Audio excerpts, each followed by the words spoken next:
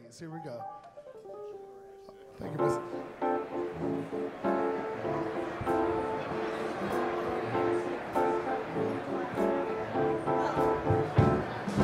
My desire is to please you, To be more like you. be more and more like you, Jesus. Each and every day, I lift my hands and say, I want to be more like you. My desire. My desire is to please you, To be more like you. be more and more like you, Jesus. Each and every day, I live. I lift my hands and say, I want to be more like you. I give you my life. Take me in your arms and hold me, Jesus. Father God, I give you my heart I give you my heart. because I know that you can mend these broken pieces. I'm totally, Father. Here we go. I'm totally. Thank you, Arlene. Good morning, everyone. You know, we all have those moments in our lives that we never forget. One night I was walking into the shore and I heard a booming voice behind me call out my name. And as I turned around, I couldn't first recognize who it was, but then I recognized Mike Jensen. I hadn't seen Mike since the accident, and to be honest with all of you, for the first time I can remember in my life, I just broke out in tears. I don't think I was ever happier to see someone in my life. My first reaction was how good Mike looked. He still had that twinkle in his eye and that mischievous grin we've all come to know and love.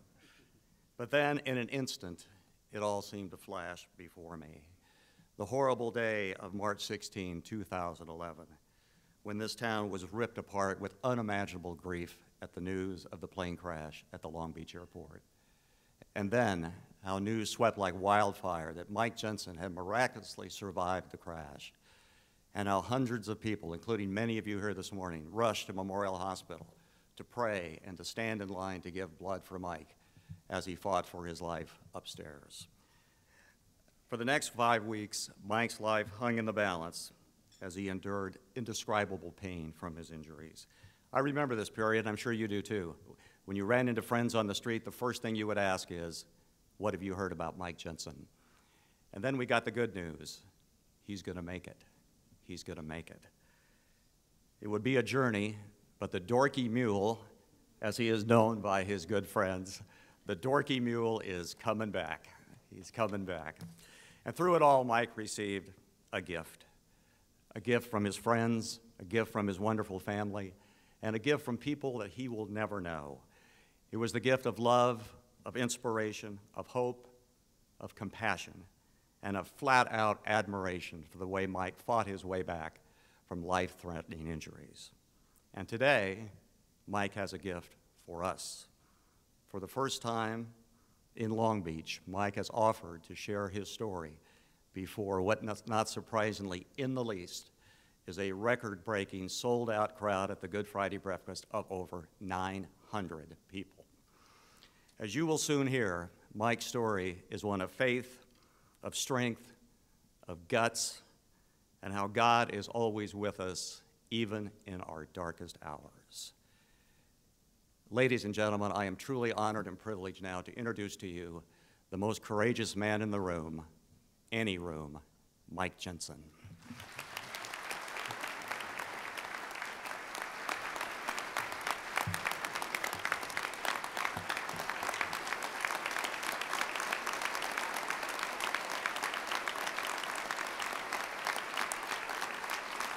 Be seated, please.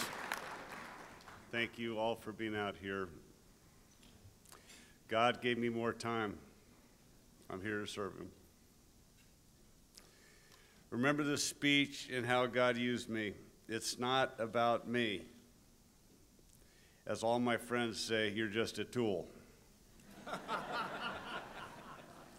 Good Friday morning to you all. Thank you so much for being here and supporting the YMCA. The YMCA has done so much for me and so much for Long Beach. We are truly blessed to have them here, and I'm greatly blessed to be here. I've been asked to speak today on how God touched and saved my life and redirected my life to further involvement with Him and all I can do for the Y. I'm standing here today because of God's massive network that prayed for me and nourished me through my recovery. And not only did God do a lot of work, but this lovely young lady here, my wife,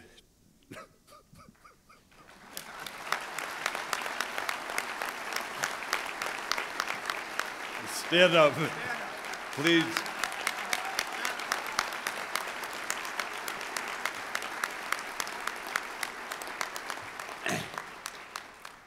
Needless to say, she had to put up with a lot of me, and boy, I'm no fun to be around. Anyway, I always asked since recovery started, why me, God? Why? There were 5 other great guys on that airplane. Why me? I just still don't understand it. Needless to say, my faith has continued to grow, as you might imagine. But it really started growing when I turned my life to Christ when I was 12 years old at Vacation Bible School. Like many of you out there, I strayed a little bit in college. But with my wife, Diane, we committed to Bayshore Church 23 years ago as we raised our 3 daughters, Addie, Joya, and Jana, to enjoy the church and to grow in the church and to sooner or later become members as well. Back, I started growing up with the YMCA when I was young. I joined Cub Scouts, we're at the Y, and then I did karate lessons. Can you imagine that? And I also enjoyed swimming, learned to swim a little bit. And then gradually in the 80s, I started swimming at the Los Altos Y, that is the Weingart Y, that is not the Los Altos Y, the Weingart Y, which is at Carson and Woodruff with my friend Alan Ginsborg, who I think is here today. And we enjoyed that Y, and it's amazing the transformation that that is going through today.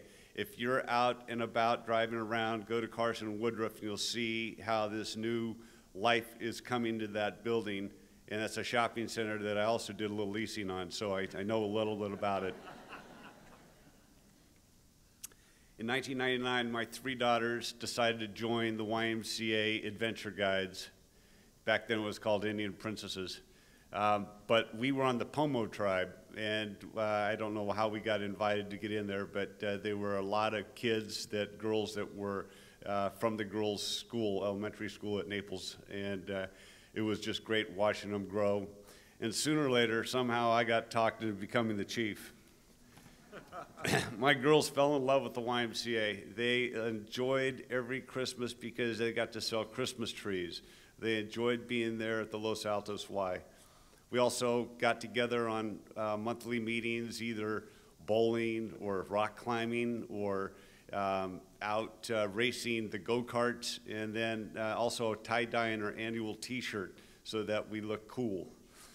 We had a great time, and that was when I got to meet my buddy Mark Bixby. My very good friend Mark and I became good friends as we were both chiefs together, and he was raising his daughters and son in the YMCA spirit, and got involved also with Rotary, needless to say, before me, and he was the youngest president that served Rotary. So between those 2 involvements with each other, I started getting involved with Camp Oaks, and I spent lots of time at Camp Oaks and Camp Fox with Mark with the YMCA.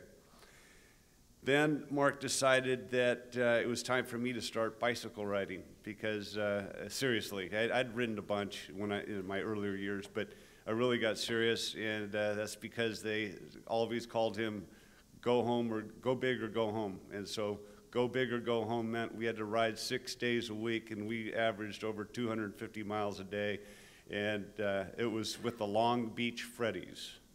So you know, a Freddy is called a Freddy by all the hot bicycle racers out there. A Freddy is a guy that really wants to look good.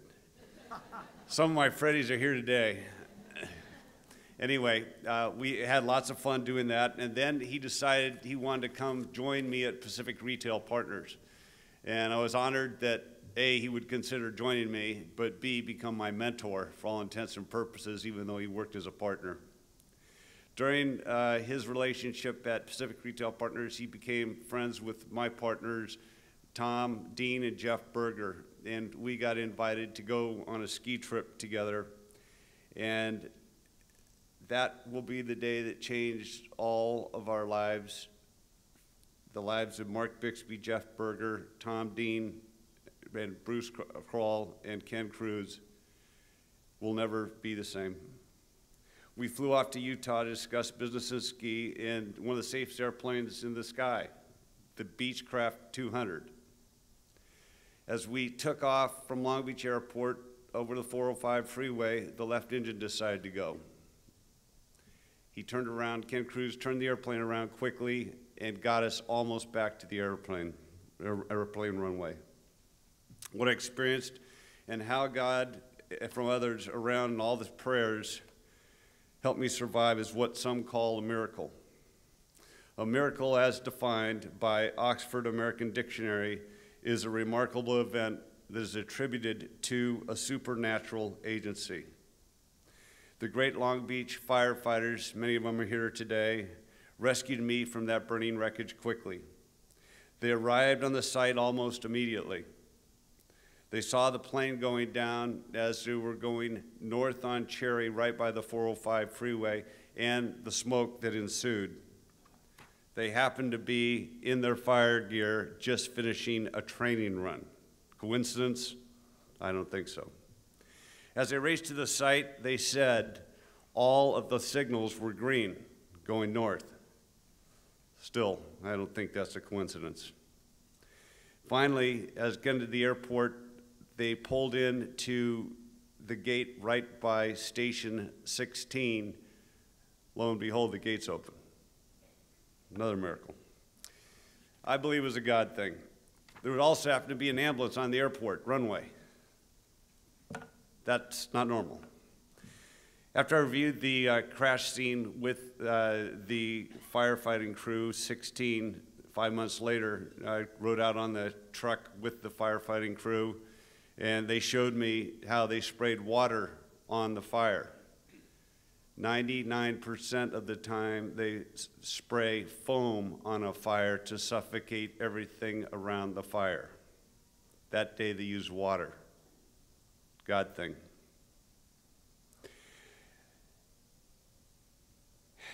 Firefighter John Daniels yelled, "We got a breather." I was laying face down in the airplane fuselage, the airplane seat over the top of me, the luggage over the top of me, in a pool of glass and water with gas and water, with glass in my teeth and metal in my teeth, but the side of my neck was wide open. I was breathing out of the side of my neck. Another God thing. During the rescue, they got me back immediately into the ambulance and slapped me over to Memorial Hospital, where Memorial doctors came to town immediately, and after 30 hours of surgery, got me ready to transport me to UCI. At that time, they said, "Mike, it looks from like all the doctors," not they didn't tell me, they looked and reported on all the doctor reports that over 40% of my body was burnt. I had broken my back, hips, ankles, knee, ribs. I was wide open from the pelvis to the sternum from the seatbelt injury, and they put me all together, shipped me off, and my good doctor, Dr. Bernal, who's sitting right here, put me all together here at UCI. I had 27 injuries, and 28 surgeries later, after 2 months of being in a coma, they finally started addressing my burn systems after they had put cadaver skin over me, removed all my burns, cadaver skin, and then they did a bunch of work on my back, pulling more skin onto the wounds.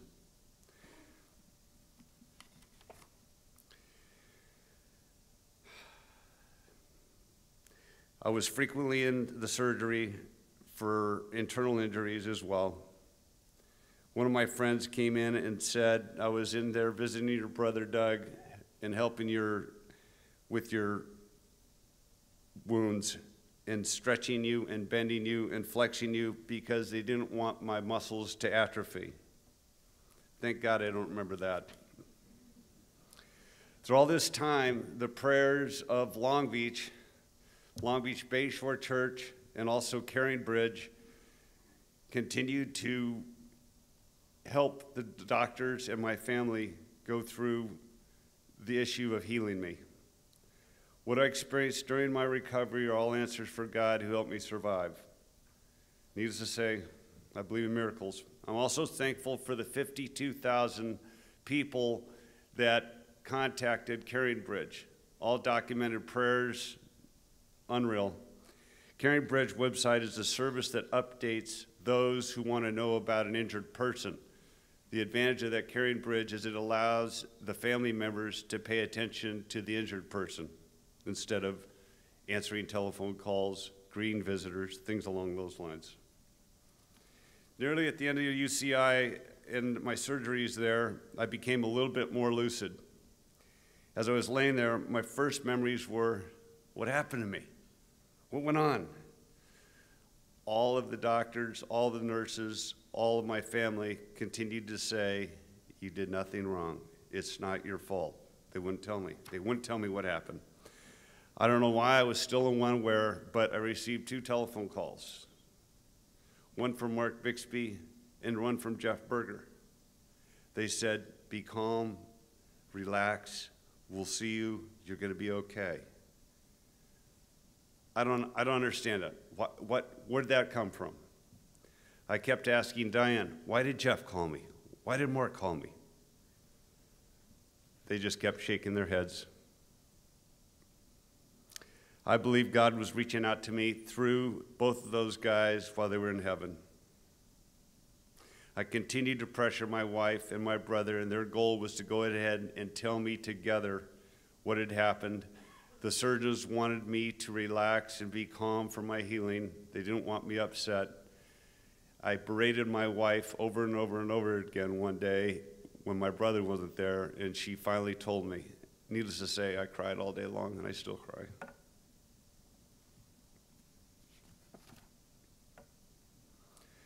I was continually supported by my friends who sat with me during the waking hours. Many of you are here today. I was then transferred back to the rehab department where a banner from my Long Beach Freddy's was sitting in my room.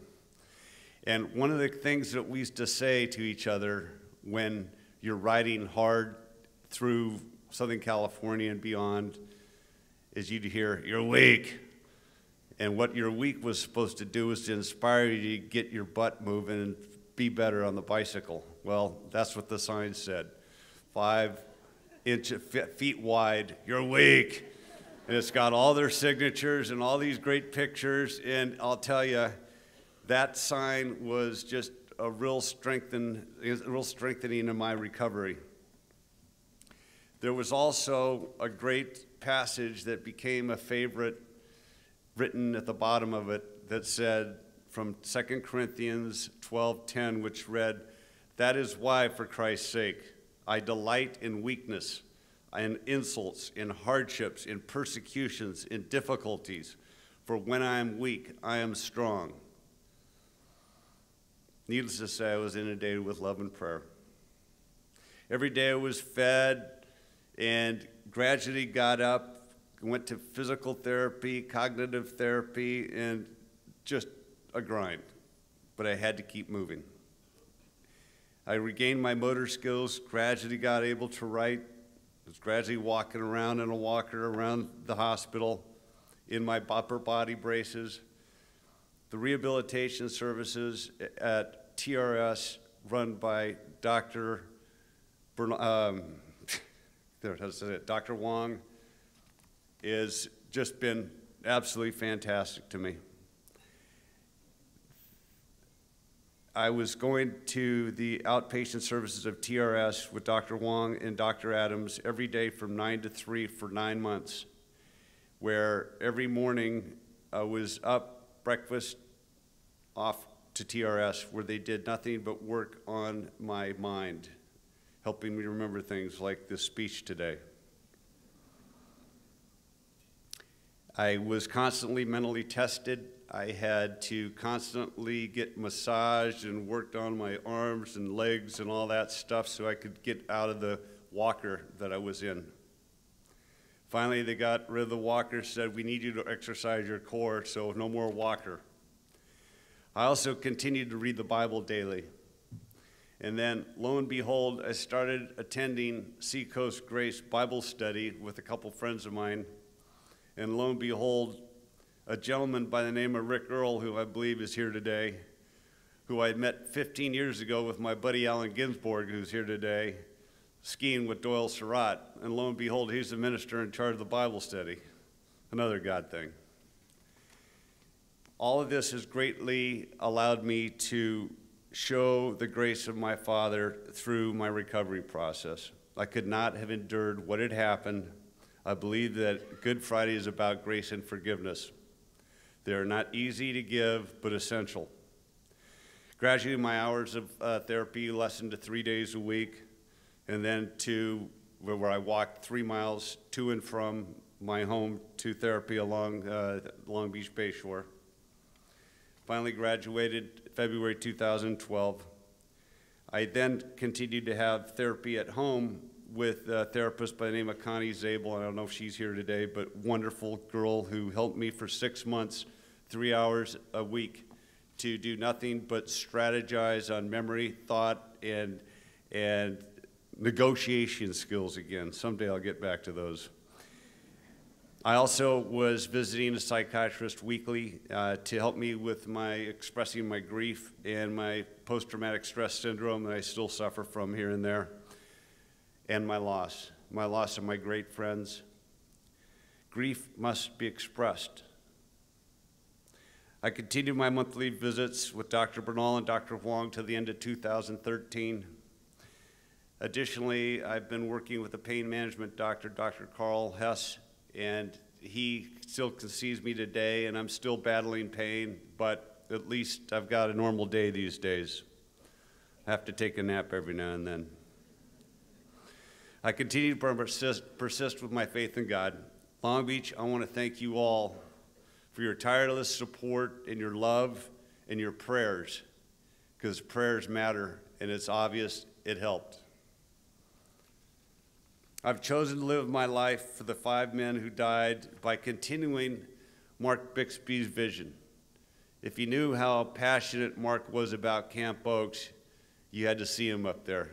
I was blessed to spend many days up there with him with Rotary Camp Enterprise, where we take young high schoolers to teach them about business for 3 days. I just returned from that. They're up there now. And obviously, adventure guides. So what I've done is I've chosen to work with Aunt Jean, who's here, to co-chair as a group that is trying to rebuild the Camp Oaks Village. The Camp Oaks Village will go through a major transformation, and the plans are in process. They're not quite finished, but we're starting to see them around the camp, and I'm excited. So you will hear from me again. The project will allow more kids from Long Beach and beyond to continue to enjoy the great outdoors, which I love. I love the mountains. I love skiing. I love just exhilarating myself in his presence. One thing that it allows young kids to get closer to God. And I believe that's what Camp Oaks will do, and that's why I'm here to endorse his legacy. Mark's legacy, excuse me. I'm reminded, as Pastor Greg Laurie said of Harvest Ministries, for some, Easter was a great day. It's surrounded by family, surrounded by fun. Others, it's a sad day because we've lost somebody we love. Death seems so cruel, so harsh, and so final. That is what the disciples were feeling when they saw Jesus on the cross. They had left everything in its stead to go follow him, and there he laid on the cross. They were devastated. They would remember Jesus standing by the tomb of another close friend, Lazarus. They were very amazed to see what Jesus did. He wept. Jesus wept because he knew that death was not a part of God's original plan. Humanity was not meant to grow old, weak, and feeble and die. But because of the sin of Adam and Eve and all that happened, Jesus wept. But standing there in Lazarus' tomb, Jesus also delivered these hope-filled words. I am the resurrection and the life. He who believes through me may die, shall live forever. Death is not the end, and the resurrection of Jesus Christ proves it. God gave me more time. I'm here to serve him. Thank you all for being here today, supporting the Y, and keep it up.